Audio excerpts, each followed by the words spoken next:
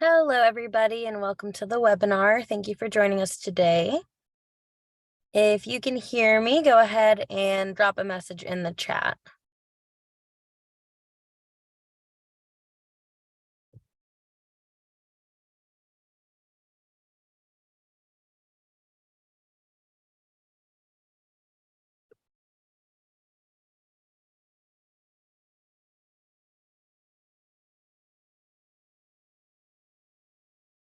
Okay, thanks for letting us know, Samantha.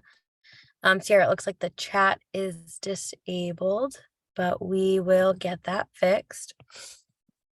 So just to get started, my name is Vanessa. I'm a qualitative specialist here at Statistics Solutions. And today I'll be talking to you all about writing your qualitative results chapter.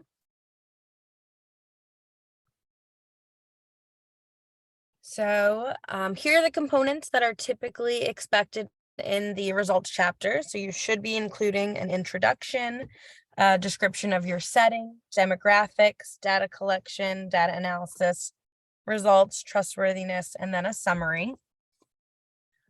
If you are kind of on the fence, not knowing if you want to do qualitative versus a quantitative study, please know that we do have resources for quantitative studies as well. Today, I'm just going to be talking about qualitative, but if you're interested in any other types of research methods, check out some of our resources on our website for those as well. With regard to this list here, this is a pretty comprehensive list of what should be expected in this chapter. But we always recommend to students, before you start writing, reach out to your committee chair, reach out to your reviewers to get a checklist or a template from them to ensure that you are including exactly what they're expecting. But if you don't have a checklist or something like that available to you, again, this list is very comprehensive and it includes what would typically go in this chapter. After the webinar today, you'll also all receive a copy of the slides and the recording, so you will have this back to reference if you need it.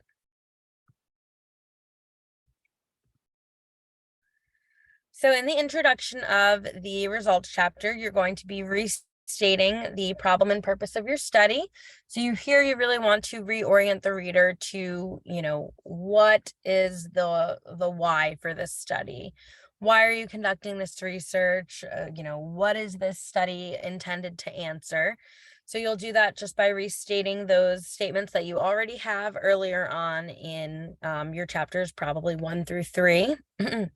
Then you'll go into reminding the reader of your research questions. So again, you can verbatim restate the research questions that you've outlined for this study, just to make sure that as they go through the results, they're very clear on what exactly these results are intended to answer.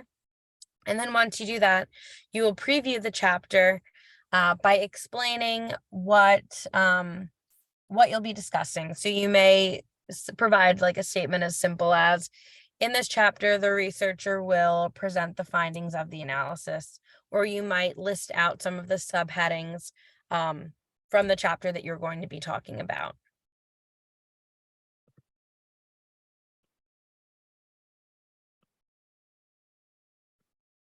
So to begin, you will start with the setting.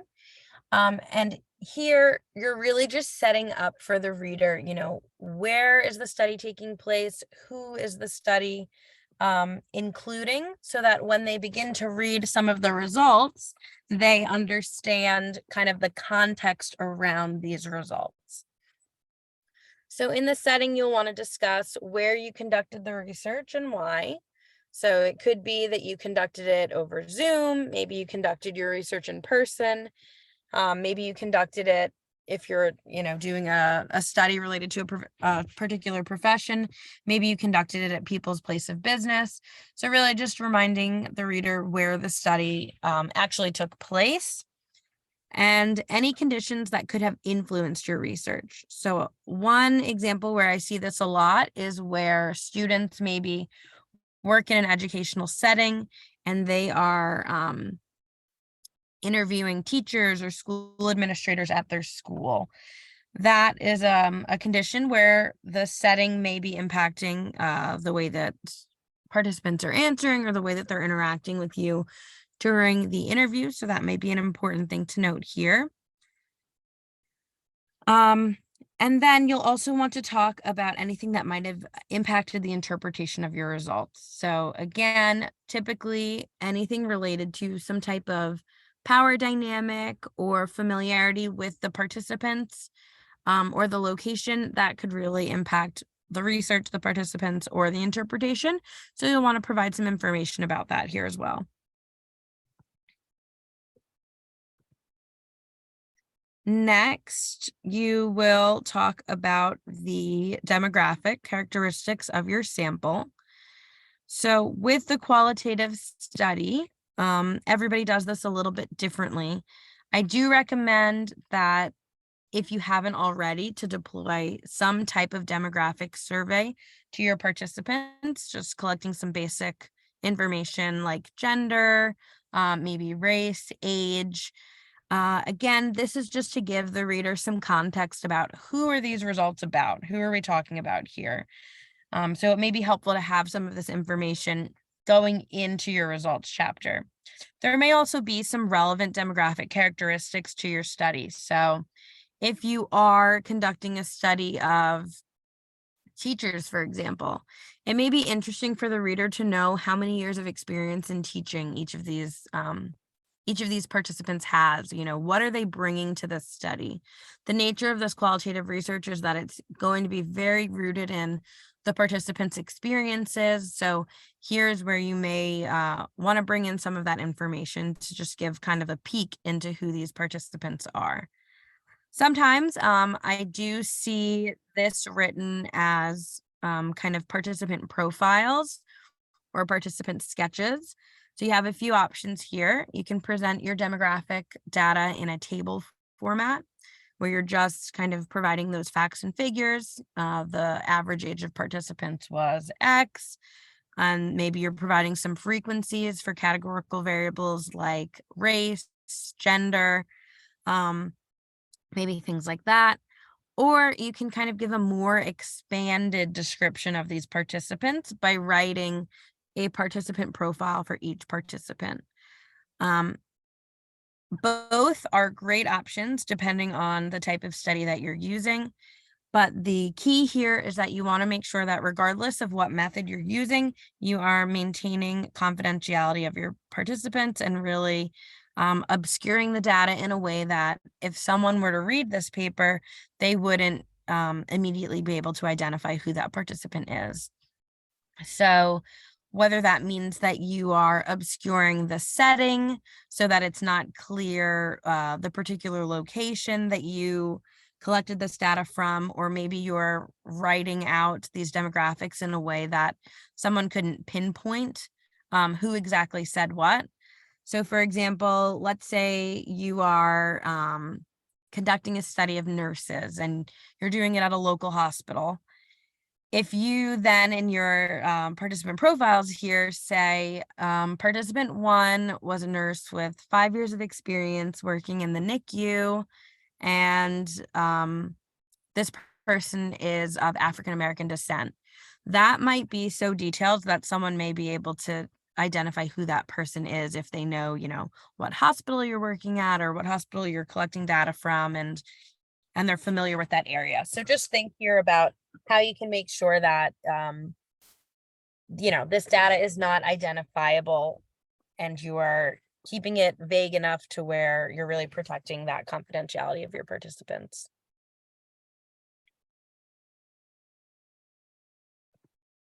Next, you will talk about your data collection procedures and the results of that data collection. So here you're going to talk about the number of participants from which you collected data. So if you are doing qualitative interviews, how many people did you interview? If you're doing focus groups, how many people participated overall in all of the focus groups? You'll also want to talk about how the data was recorded. So with these qualitative studies, typically you're going to be doing some type of interview, focus group. Maybe you're going to be doing a document review or conducting some observations. So a lot of this data is very textual, particularly with the interviews and focus groups. it's typically most helpful to audio record those data collection events and then transcribe the data to be analyzed later on. So whatever it is for your study, whatever process makes the most sense for you, you'll just want to clearly indicate how you moved that data from like this verbal data collection event into something that you can analyze. So it could be that you went through that process of recording and transcribing, or maybe for you, it made more sense to just take written notes. Whatever the process is, just make sure to detail that here. If you had any deviations from your originally presented methods chapter, so the methods that you proposed, you may also want to discuss that here as well.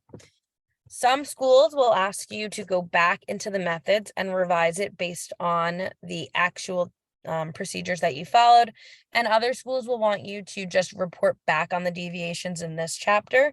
So again, just check those guidelines, check what your reviewers prefer, and follow that. But here you may say, if you planned to maybe recruit or do your qualitative interviews in person when you proposed your study, so in chapter 3.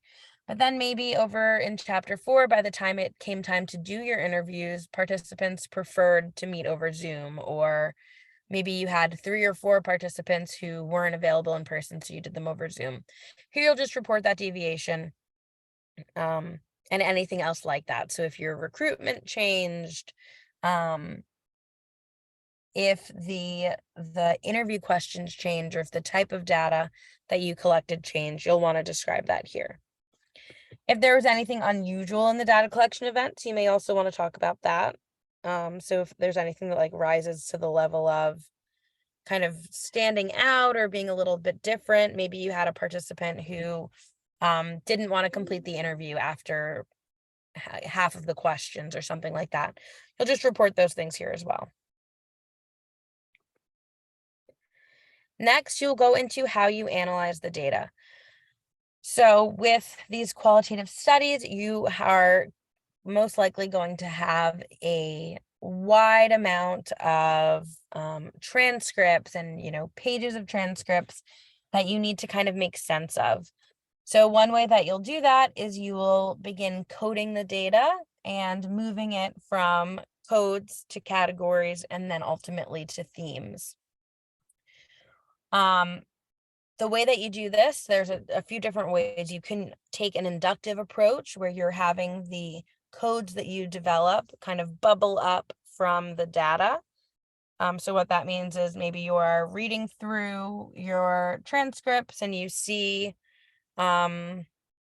particular ideas and you're just organically labeling those ideas based on what you see. Or maybe you're using a deductive approach. So maybe you have a overarching model, like the biopsychosocial model. And from that model, you are starting off with a set of codes. So maybe biological, psychological, social. And then you're going through those transcripts, looking for those codes. You have a few options in how you analyze your data. The important part is that you rationalize and justify the way that you've done it. And here in this chapter, you're just reporting back on how it was done. I will point you all to our blog posts on our website. We do have a number of resources about how to analyze the data, whether it's by hand, what approach to use, or using a software. So that may be helpful as you go through to use some of those resources in your writing. I see a question in the chat about bracketing. Yes, so if you are bracketing, that is something that you would want to include here in the analysis section, just describing what that process is. So yes, I would recommend describing that here as well.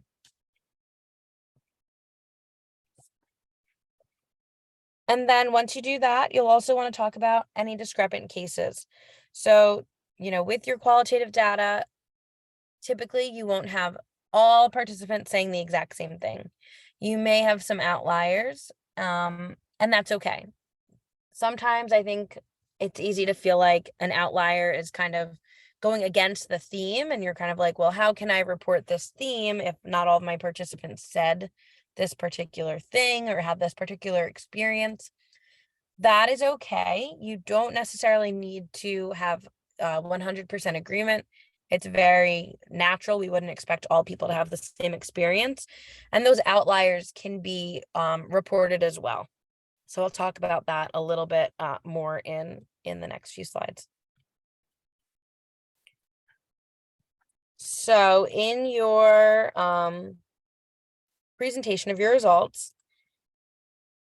you have a few options here. So you could be presenting these results by research question or by category or theme. It really just depends what makes most sense for your study. I typically like to do it by theme, kind of just giving those overarching themes that emerged from the data as opposed to shuffling them under research questions. But again, this is a matter of preference. So this may be a good point to talk with your chairs about to see if there's any specific way that they like it done. But you kind of have these options here. Regardless of how you present the data, whether it's by category and theme or by research question, the information that you're providing should be the same. So you should be using mostly your own words to present the findings, and then pulling in supportive quotes from the transcripts to show that these themes truly are rooted in the data. So for example, if you have a theme that says, nurses report positive experiences in the workplace, you should be pulling in quotes that are displaying those sentiments and those statements by nurses. You can use both short quotes, and you can also use block quotes to get these points across. If you are collecting any other data sources, so maybe photographs from some observations, or if you are doing a document review, you can also pull in pieces of those data collection methods to support the development of this theme. And then you can also discuss this data. This depends on the particular research design that you're using. Typically, the discussion is going to be reserved for chapter 5, the discussion chapter, but depending on the type of qualitative design you're using, it may be appropriate to interpret your findings a little bit here in the results as well.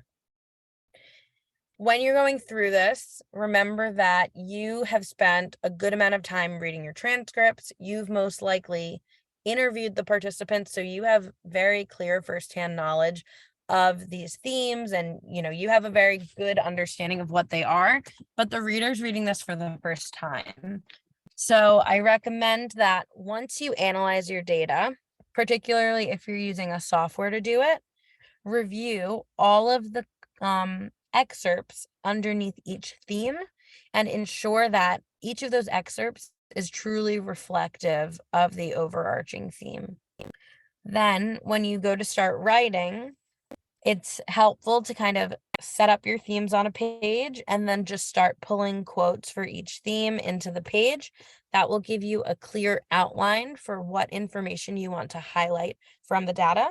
And that will help you kind of start, and then you can build the narrative around what that theme means, how prevalent it was among the participants, and really start to interpret that result.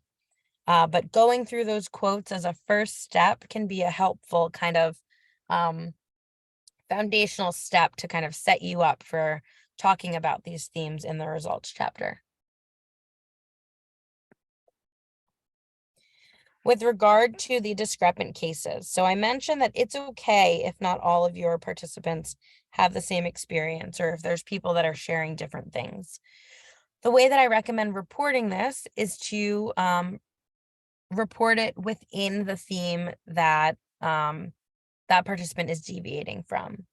So this is called disconfirming evidence, and it can provide validity to your study, just showing that not everybody's the same. There are some participants who had different experiences.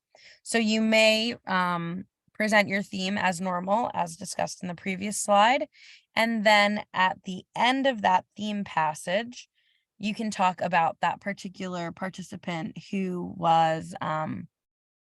is different from the others. So you may say, although most participants reported positive experiences in the workplace, one participant indicated their experience was negative, and provide some quotes there to explain that participant's experiences. So the big takeaway here is to discuss those discrepancies in the context of that theme or category, as opposed to kind of discussing it at the end. This way, it's kind of a logical flow of where that person falls with relation to the theme. In terms of visualizing your findings, visualizations can be a really helpful tool in your manuscript.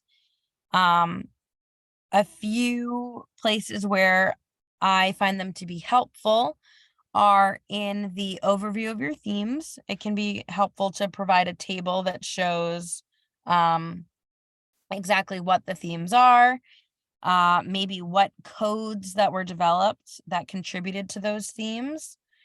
You may also want to provide some excerpts in a table to show how you coded. So you may have one column for codes and another column for excerpts. And the purpose of this is to give the reader a preview into your analysis process. So again, you all have a very in-depth kind of look at this process and these themes, but the reader's seeing it for the first time. So it can be helpful to kind of guide them and hold their hand and show them exactly how you moved from those codes to themes. The rule of thumb with visualizing your findings is if it is adding meaning, it can be helpful to include, but if it's kind of just something that can be done in a narrative format and it's not really adding to the paper, then I wouldn't include it. Another place where you might include a table, again, the demographics that we talked about earlier in the presentation. You may also want to use a table to explain or describe the amount of data you collected. So if you did qualitative interviews, it could be interesting for the reader to understand how long were the interviews in terms of time, how many pages long were the interviews. That's going to give them an idea of how much time you spent with these participants and how much information you gathered during these interviews. If you collected other types of data, so like a document review, you may also want to present how long each document you reviewed was, what the name of the document was, what the source of the document was. So these are some things that you may be able to use a table to do. If you are using thematic analysis, you may also want to present a figure to show how you moved through the 6 steps of that process. And I can show an example of that at the end if that would be helpful. So once you have described each of your themes, the next step is going to be to talk about the trustworthiness of your study. So here you'll be talking mostly about credibility, transferability, dependability, and confirmability. And specifically, you want to talk about how you established each of these tenets in your study. So how are you ensuring that the findings are both accurate and also applicable to the findings of other contexts? So in terms of accuracy, you may be using some different strategies to do that. So for example, member checking is a strategy where you have the participants review the transcripts or the findings and ask them to agree or provide some information on whether or not they feel that these findings are representative of their experience. That may be one way that you're ensuring accuracy. You might also be using some type of memoing, journaling, or developing an audit trail through your analysis process to ensure that as you're going through and applying your codes and themes, you're applying them the same way across all of your participants. So that may be another way that you are ensuring that these findings are indeed accurate. Another way that you can do this, and I think this is a very common method, is to have two coders code the data and establish some reliability in the coding. And the purpose of that is to ensure that the way that you've developed your code book makes sense to others and is clear enough that others are applying it in the same way that you are.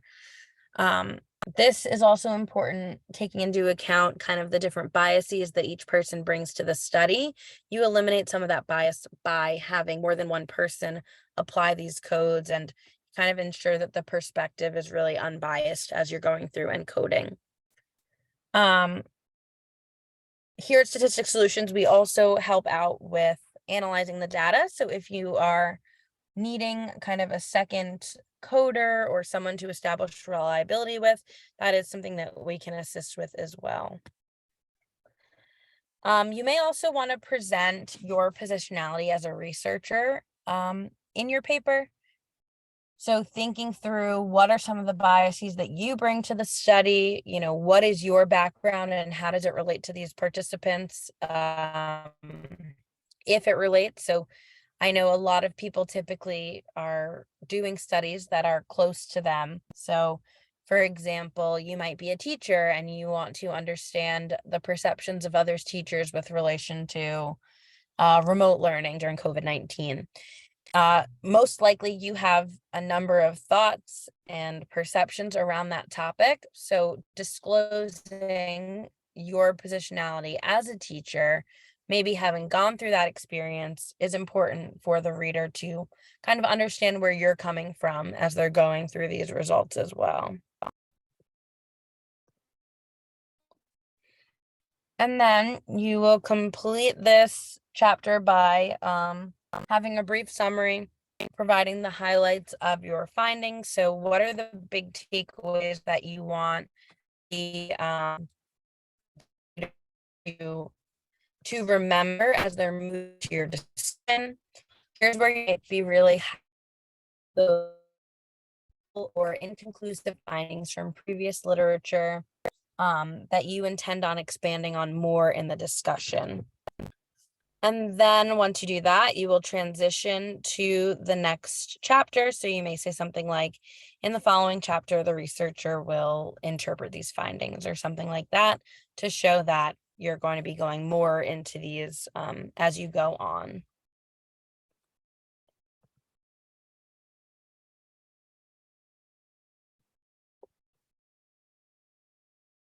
But that is the last part of the results chapter. So now we can open it up for question and answer. If you have any questions, feel free to drop them in the Q&A section of the chat, and we can start going through those. I'll also start sharing some resources from our website that may be helpful as you're putting together your chapter. We do offer help with analyzing the data and drafting the results chapter, and we offer a free 30-minute consultation.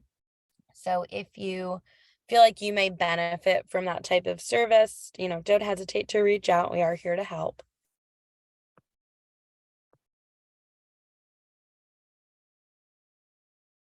Okay, so I see one question about best practices on how many techniques to use to establish trustworthiness. I do not think there's any set number that you need to use. For example, if you used member checking, that would be like a sufficient way to establish credibility.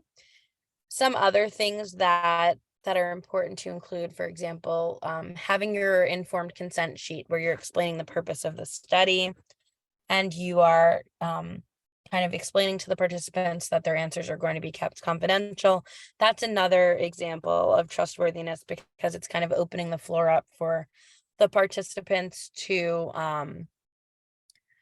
share openly and honestly. So that's another example of something that you might do. Some other things that you can do, explaining that disconfirming evidence. So reporting those outliers, that's another way that you can show the validity of your study. There's something called the Core Q checklist that has a number of different kind of criteria for showing the validity of your study. Some of the things it includes are like telling the researcher's credentials, explaining whether or not the researcher had a relationship or a previous relationship with the participants. And it's an exercise that allows you to go through your document and confirm that each of these elements is within the paper. So that may be a good thing to check out, to kind of go through that process of making sure you're including all of the information that's needed.